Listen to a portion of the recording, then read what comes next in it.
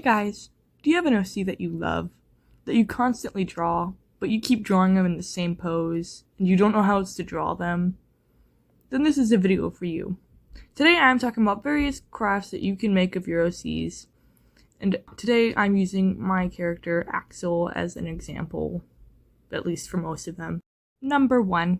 Paper dolls. There are various types of paper dolls, but today I'm talking about these silly little dangly ones that have been recently trending.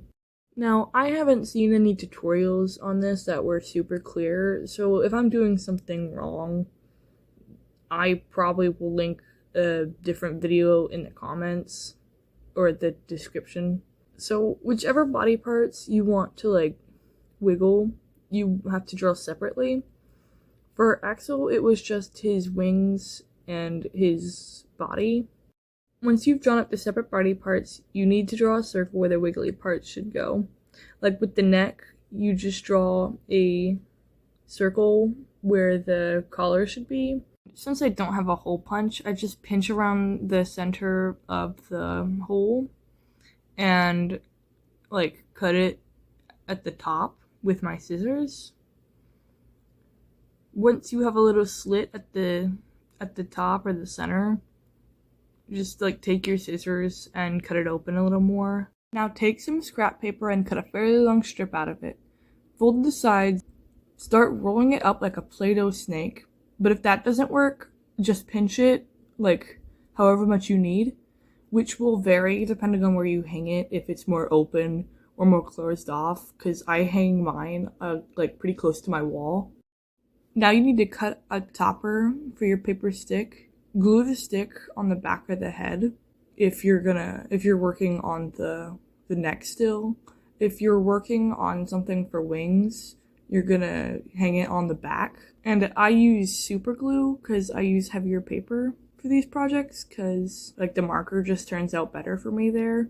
Once the glue dries, stick the neck hole through the paper stick and glue the topper on top, making a sort of nail shape, and just sort of repeat that process with the other parts. Number 2. Take a quiz as them. When I was writing my first draft of Chapter 1 of Axel and Reggie's story, I wanted to figure out what kind of monster was Reggie's favorite because I was writing about her drinking a monster. So I took a monster quiz, thinking like Reggie. This can be a great way to develop your OCs depending on the type of personality quiz you take. And you can find all sorts of fun personality quizzes on Pinterest. Number 3. Character makers. Even though you can draw, using character makers can still be super fun. Now there are tons of character makers like Gacha Life, Bitmoji, and Avatoon, but I'm talking specifically about Picroos. Picroos have been extremely popular lately because they help so many people design their characters or make a profile picture. For me, I like to see how accurately I can make my characters. And the best part is, if you don't like the art style, pose, or variety a Picroo has, you can just pick a different one. Number 4. Draw their rooms. Knowing what someone's room can look like can tell you a lot about their personality.